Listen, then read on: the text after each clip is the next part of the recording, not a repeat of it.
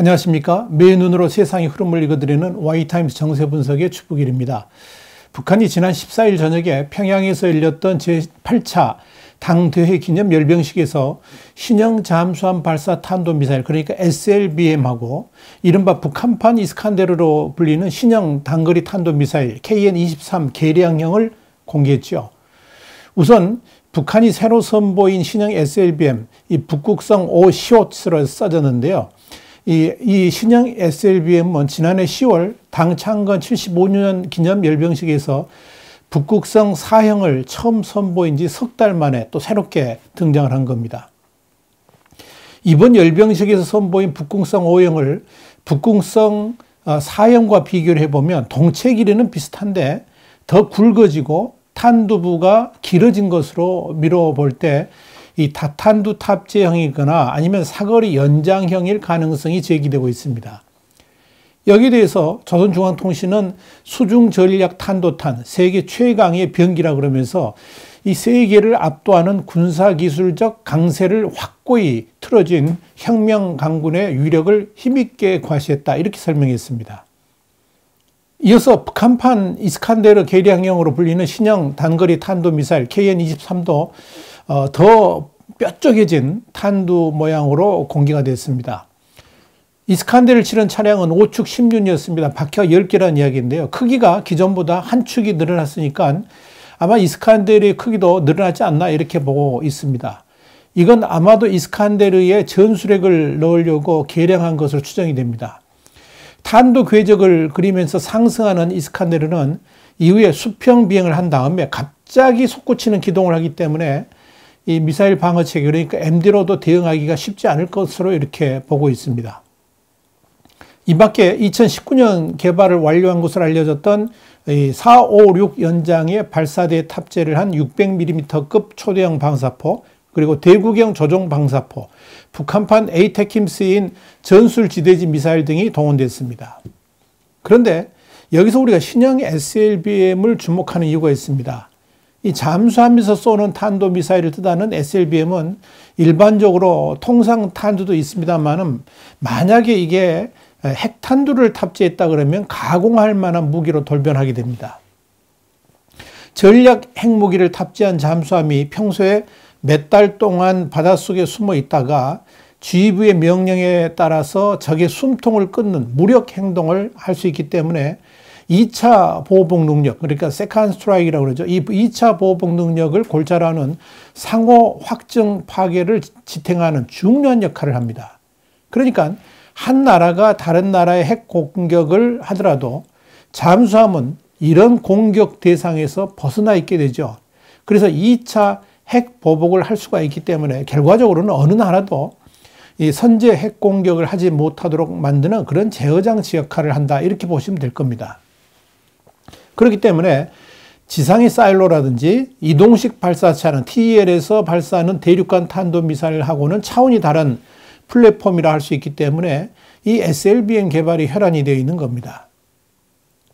근데 여기서 중요한 것은 이 북한이 이번에 선보인 신형 미사일이 과연 진짜일까 하는 겁니다. 북한은 지난 2016년 북극성 1형의 실제 잠수함 발사에 성공을 했고요. 지상 발사형인 2형에 이어서 3형까지 발사를 했습니다. 다만 3형은 실제 잠수함이 쏜 게 아니고 2019년 10월 바지선에서 시험 발사를 한 적이 있고요. 그 후로 시험 발사를 더 이상 진행하지는 않았습니다. 그러다가 지난해 10월 10일 북한 노동당 창건 75주년 기념 열병식에서 북극성 4 시옷 미사일이 새로 등장했는데 3개월 만에 이번에 1월 14일이죠. 또 다른 미사일, 그러니까 5 시옷형이 등장한 셈입니다. 일단 사진과 영상으로 보니까 5 시옷이 4 시옷보다는 직경이 약간 더 굵어졌고 탄두를 보호하는 베어링, 그러니까 덮개가 좀 더 길고 뾰족하게 바뀐 것으로 파악이 됩니다. 문제는 이 SLBM이 진짜냐 가짜냐, 이 진위 여부입니다. 북극성 4 시옷, 그러니까 이때까지는 뭐 3형 그렇게 하다가 4형부터는 4 시옷을 넣는데 왜 시옷을 넣는지는 모르겠습니다. 이게 시험용이라서 이제 시옷을 넣은 건지, 하여간 북극성 4 시옷의 경우에는 사명 시험 발사에서 1년 만에 신형 미사일이라 그러면서 과시를 했기 때문에 뭐 그럴 수도 있겠다라고 봅니다만은 오시옷의 경우는 3개월 만에 나왔기 때문에 더욱 믿기 어렵습니다. 북한이 열병식의 개발 단계의 모형이라든지 아예 가짜를 내보는 일이 한두 번도 아니기 때문에 믿기 어렵습니다. 지난해 10월 10일에 열병식에서 선보인 대륙간 탄도미사일 ICBM과 전차 이런 신형 무기들에 대해서 로버트 에이브럼스 한미연합사령관은 지난해 10월 20일 기자회견에서 이런 말을 했죠. 이번 열병식에서 그러니까 지난 10월 10일 열병식에서 선보인 신무기들은 실제가 아니라 형상만 변형시킨 그런 것일 수도 있다라고 분석을 한 바 있습니다. 그러니까 미국 정보당국의 분석이 그렇다는 이야기겠죠. 에이브럼스는 또 열병식이 등장한 일부 신형 무기는 성능 면에서 조금 의심이 간다 그러면서 우리가 직접 조사해 볼 수 없지만 신형 탱크라는 것이 진짜인지 구형 탱크를 성능을 개량하지 않고서 새 것처럼 보이도록 외형만 바꾼 것인지는 알 수가 없다라고 말했습니다. 조셉 버미데즈 전략국제문제연구소 CSIS 유성분석 선임연구원 겸 한국 석자도 이번에 공개한 잠수함 발사 탄도미사일의 전투부 덮개의 모습이 기존과는 달라졌지만 북한은 항상 이 같은 행사에서 위장, 은닉과 속임수를 활용했다 그러면서 단순히 전투부 덮개의 외형만으로 역량의 차이를 평가하는 것은 금물이고 이번에도 속임수를 썼을 가능성이 크다라고 말을 했습니다. 결론적으로 이번에 선보인 북극성 오시옷은 진짜가 아닌 모형일 가능성이 크다 이렇게 볼 수 있을 겁니다. 여러 전문가들은 북한이 북극성 사명도 아직 완성되지 못한 것이 아닌가 이렇게 판단하고 있거든요. 그런데 1년 남짓 한 사이에 4형에 이어서 5형까지 공개했다는 것은 그저 보여주기용 가짜일 가능성이 높다라고 보는 겁니다. 경남대 극동문제연구소 김동훈 교수, 예비역 해군 중령입니다. 근데 이분도 5형이 4형과 비교해 봤을 때 큰 차이가 없는 것으로 보이기 때문에 이건 실제 개발이 완료된 것이 아니라 모형일 가능성이 높다라고 말을 했습니다. 김 교수는 북한이 당대에서 발표한 신무기 개발 계획은 대부분 초기 단계이고 개발과 완성에는 상당한 시간과 기술적 난관이 있을 것으로 예상되는데 이럴 경우에 대외적으로는 과장이나 허풍으로 받아들여질 가능성이 있다 그러면서 이를 차단하기 위해서 미사일 외부에 오시옷이라는 이름을 노출한 것이 아닌가 보인다 이렇게 설명을 했습니다. 특히 다탄두 각계 제도리 비행체 그러니까 MIRV라고 그러는데 이 MIRV 탑재 가능성에 대해서는 더욱 회의적입니다. 큰 핵탄두와 비슷한 위력을 가지면서도 소형으로 핵탄두를 만들 수 있다 그러면 이 MIRV가 효율적인 건 사실입니다만은 이런 능력을 보유하려고 그러면 핵탄두의 소형화도 가능해야 되고 경량화도 이루어야 되고요.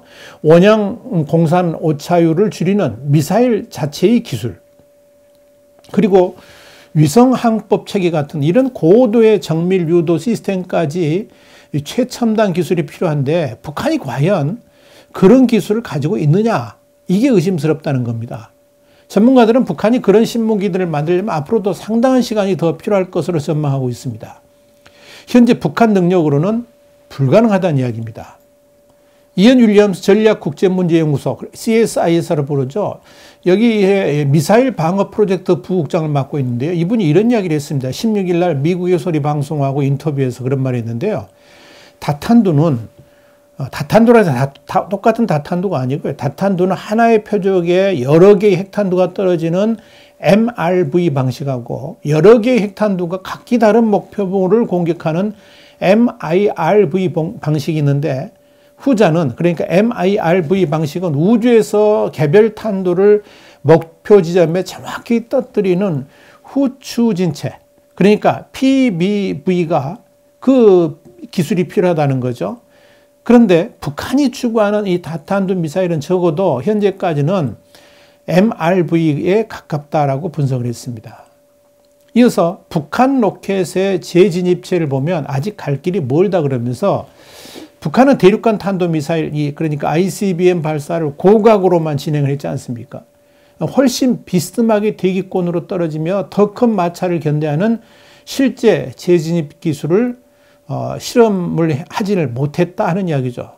그러니까 MIRV는 더 진전된 재진입제 기술인데 이게 쉽지 않겠다 하는 거고요. 훨씬 정교한 유도 장치와 타격 역량을 갖춰와야 되는데 북한이 과연 그런 걸 갖고 있겠느냐 하는 거죠. 그러니까 북한이 그런 능력을 빠른 시일 내에 확보할 것이라는데 이분은 상당히 회의적이다 이렇게 밝혔습니다.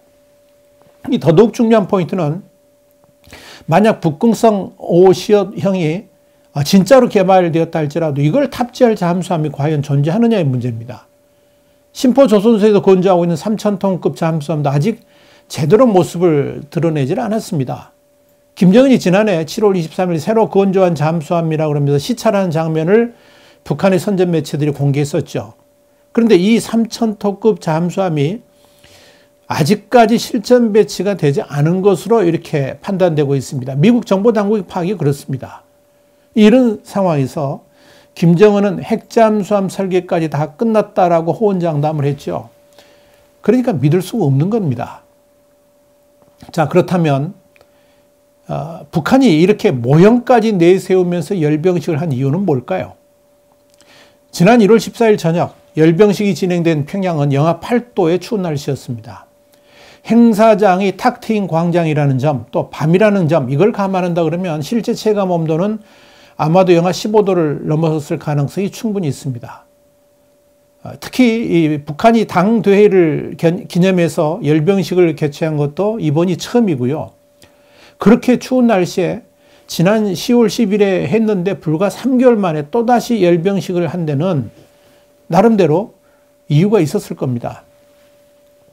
이날 열병식에서 가장 강조한 용어가 뭐냐면 핵보유국하고 핵무장력이었습니다. 한마디로 위용을 가시하고자 하는 겁니다. 결국 이 김정은이 이번 열병식을 통해서 흐트러진 민심을 다잡으면서 동시에 한국을 인질로 해가지고 대미 압박을 하려고 하는 두 가지 의도가 있는 것으로 보여집니다. 북한은 지금 최대 위기를 겪고 있죠. 대북 제재에다가 지난 여름에 수해 같은 것으로 인해 가지고 경제난이 지금 심각합니다. 초유의 위기 상황입니다. 이런 상황에서 김정은이 북한 주민에게 내세울 수 있는 것은 군사력밖에 없기 때문에 이런 열병식을 통해서 자신의 입지를 강화하면서 대내 결속을 다지려고 하는 그런 의도가 있다는 겁니다. 다시 말씀드려서 핵무장력을 북한 주민들한테 보여줌으로 인해 가지고 정치적으로 결속하면서 이 북한 주민들의 불만을 무마해 보려고 하는 의도에서 지난 10월에 이어서 3개월 만에 또다시 열병식을 하게 되었다는 이야기입니다. 이건 또 다른 말로 표현해 보자면 그만큼 지금 북한 내부의 분위기가 심상치 않고 이를 덮어야 한다는 초조함이 과대 포장된 열병식으로 나타났다. 그런 의미입니다. 또 지난 10월의 열병식에 비해서 뭔가 더 새로운 것을 보여줘야 되기 때문에 그런 강박관념 때문에 이 북극성 5시ot도 무리하게 선보인 것이 아닌가 이렇게 판단이 됩니다. 한마디로 정치적 계산이 깔려있는 열병식이라 하는 이야기죠. 또 다른 측면에서는 SLBM을 공개하면서 정작 ICBM을 선보이지 않은 점, 그리고 열병식에 선보인 대부분의 무기들이 한국과 일본을 향할 수 있는 것들이라는 점에서 북한이 미국을 직접적으로 압박하기보다는 특히 한국을 인질로 해가지고 미국을 위협하려고 하는 의도를 보여주었다라고 볼 수 있을 겁니다. 물론 이 신형 SLBM을 선보인 것은 미국에게 북한을 공격할 생각을 털 것만큼도 하지 말라는 엄포를 놓은 것이긴 합니다만은 이미 말씀드린 것 같이 그런 SLBM을 탑재할 잠수함도 마무리가 되지 않은 상황에서는 그런 허풍이 미국에게 먹힐 리는 없을 겁니다. 자, 그렇다면 더욱 의미를 부여할 수 있는 게 뭐냐면 한국 인질론입니다.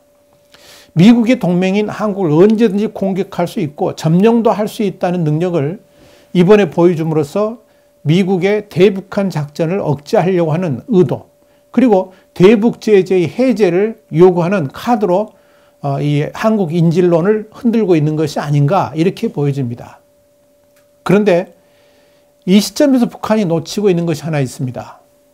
북한의 무력 과시는 미국과 일본으로 하여금 더더욱 김정은 정권의 조기 종식을 유도한다든지 아니면 북핵 대응 능력을 고조시키는 역작용을 가져올 수 있다는 겁니다. 북한이 핵무력을 통해서 한국을 협박할 경우에 미국은 그야말로 군사 옵션을 조기에 가동할 가능성이 충분히 있습니다. 특히 미국 국내 정세가 극도로 양분되어 있어가지고 이런 혼란을 조기에 종식할 수 있는 희생물로 북한이 미국 대통령의 이 손바닥 위에 오를 수 있다는 거죠. 만약 북한이 중장거리 미사일 도발을 한다든지 한국을 향한 그런 국지적 도발을 하게 된다 그러면 이를 기회로 해가지고 김정은 참수를 비롯한 군사 옵션이 시행될 가능성이 충분히 있습니다. 그런 관점에서 이 동북아시아의 미군을 비롯한 자유민주주의 국가들의 해공군 병력이 증원되고 있고 한반도 내에 엄청난 정전 물자들이 비축되고 있다는 것을 북한은 알아야 될 것입니다. 또한 북한의 이런 핵무력 과시는 일본으로 하여금 막강한 군사 대국화로 갈 수 있도록 하는 길을 열어주는 역할을 하게 될 것입니다. 일본은 이번 북한 열병식에 아주 민감하게 반응을 하고 있습니다. 그러면서 대응 능력 강화도 준비를 하고 있습니다. 일본은 이미 중국과 북한을 겨냥해서 차세대 스텔스 전투기 그리고 장거리 순항 미사일의 독자 개발에 착수를 했습니다. 이와 함께 일본 열도 전반에 아주 길게 늘어선 일본 열도 전반에 중국과 북한을 겨냥한 미사일 장벽을 쌓겠다는 의지도 밝히고 있습니다. 그러므로 인해 가지고 일본을 군사 대국의 길로 가도록 북한이 재촉하고 있는 셈입니다. 과연 김정은의 열병식 도박이 북한에게 그리고 우리 대한민국에 어떤 영향을 미치게 될까요? 여러분, 김정은의 위기는 곧 한반도의 위기입니다. 이런 관점에서 2021년의 한반도는 그야말로 한 치 앞도 내다볼 수 없는 위기의 해가 될 것으로 보여집니다. 와이타임스 정세 분석이었습니다. 다음 시간에 다시 뵙겠습니다. 감사합니다.